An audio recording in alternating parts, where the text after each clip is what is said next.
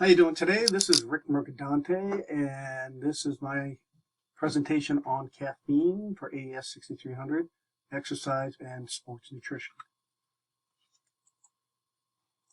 So, first thing we got to know is what do we know? What are the questions we're going to answer today? And they are: one, benefits of using caffeine. What are the possible disadvantages or side effects? What kind of athletes might benefit from using caffeine? What does the NCAA say about caffeine use? And recommendations for my athletes for today's assignment are basketball players specifically. So what we do know is that caffeine improves cognitive function, alertness, which is something that is beneficial when you're involved in sports. And that could be anything from field sports, weightlifting, aerobic sports, but we'll talk about that a little bit more later. At high intensities, at super maximal 100% plus of VO2 max, it has shown to increase athletic performance. And it has shown to, using caffeine has shown to increase time to exhaustion. Obviously something important for endurance athletes, whether you're bicycling, running, swimming, etc.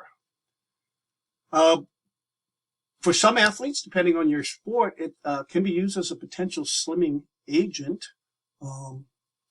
If you're in a sport that requires you to meet a certain weight goal, such as wrestling, maybe in gymnastics or other sports like that. It has shown to increase jump height. There have been some interesting studies on that, and I'll show some of that later, specifically to do with basketball. Increases sprint speed. So again, we'll talk about which type of athletes this applies to a little bit later, but ingesting caffeine prior to exercise has shown to have a positive effect on sprint speed and power output during strength training. Now, this is interesting because there are studies that have shown that it is beneficial during, say, bench pressing or some lower body weight training. And there are other studies that have shown that there's no benefit. So this is definitely not a closed issue. Now, what are some of the disadvantages of using caffeine? Well, insomnia, sleep disruptions. Anybody who is a habitual user has had this, especially, you go out to dinner, have a cup of coffee after dinner. You may not get to sleep so well that night. Blood pressure, increase in blood pressure or potentially cause hypertension.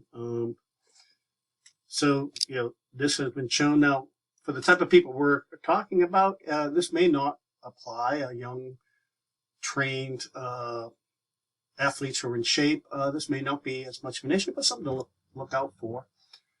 Increasing irritability. Too much coffee, too much caffeine, I should say. Could make you a little testy at times. Again, just something to look out for. Cardiovascular problems. This isn't an issue, especially with very high dosages of caffeine.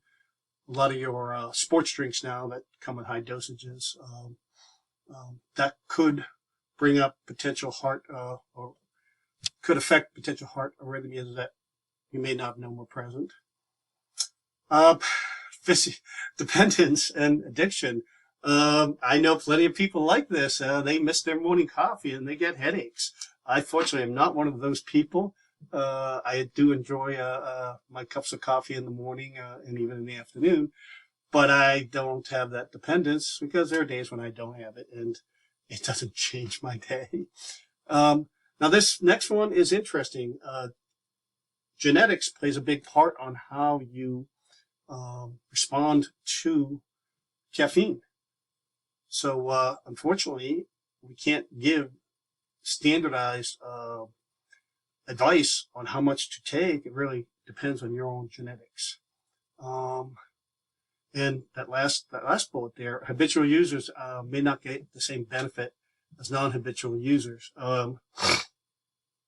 Me being a habitual user, I probably wouldn't get the same effect or benefit as someone who went many months, and then used it right before an event. Now, as far as the NCAA is concerned, caffeine is on their list of banned substances. It is a stimulant. However, you can have 15 micrograms per milliliter in your urine. So how much is that? 500 milligrams of caffeine. That's 2 to 3 double espressos, maybe a couple monster drinks. So that's a pretty decent amount of caffeine before you exercise. And having that much caffeine before you exercise might cause other issues prior to exercising. So it's a decent amount, so you just have to watch out and not pound those monster drinks before you go to training. As far as the athletes that can benefit, well, we've talked about the endurance athletes, runners, bicycle swimmers, sprinters, middle distance. So, your 50 meter, 100 meter sprinters, your 400 meter, 800 meter runners. The team sports, that's an interesting one. So caffeine has shown to increase your ability to jump, increase your agility, but it doesn't make you a better player of that sport. So here's an excerpt from, or the conclusions, I should say, from a study by Salinero et al. 2019. And this was specifically looking at ingestion of caffeine and its effect on team sports. Now, this is a systematic review. And you can see right here that ingesting caffeine does seem to give a ergogenic effect, even though sometimes it's small. But while it contributes to your ability to perform certain types of movements in those sports, like I said, it doesn't make you a better player. You still have to have the skill sets of whatever sport you're involved in. Now, as far as specific recommendations for basketball players, first thing I have to emphasize is that first bullet. Difference between something that is a good for you and positive for you and poison is the dose. And in this case, the dose can also put you afoul of the NCAA rules. So taking a certain amount of caffeine can be beneficial. Taking too much could hurt you. So you have to be careful there. As we've seen in the Jukendrup and Gleason 2016, everyone reacts differently to caffeine. So you have to sort of learn how you react. And that would require some experimentation. So start at low dose prior to practice and increase, see if it has any beneficial effects. Now, overall, for sports performance, 3 to 9 milligrams per kilogram of body mass has been studied in Salinero et al. In 2019, and that seems to give the best results for most people. Now, specifically for basketball players, Lazic et al. 2022 did a study and showed that 3 to 6 milligrams per kilogram of body mass showed the best results for basketball players. It increased your jump height,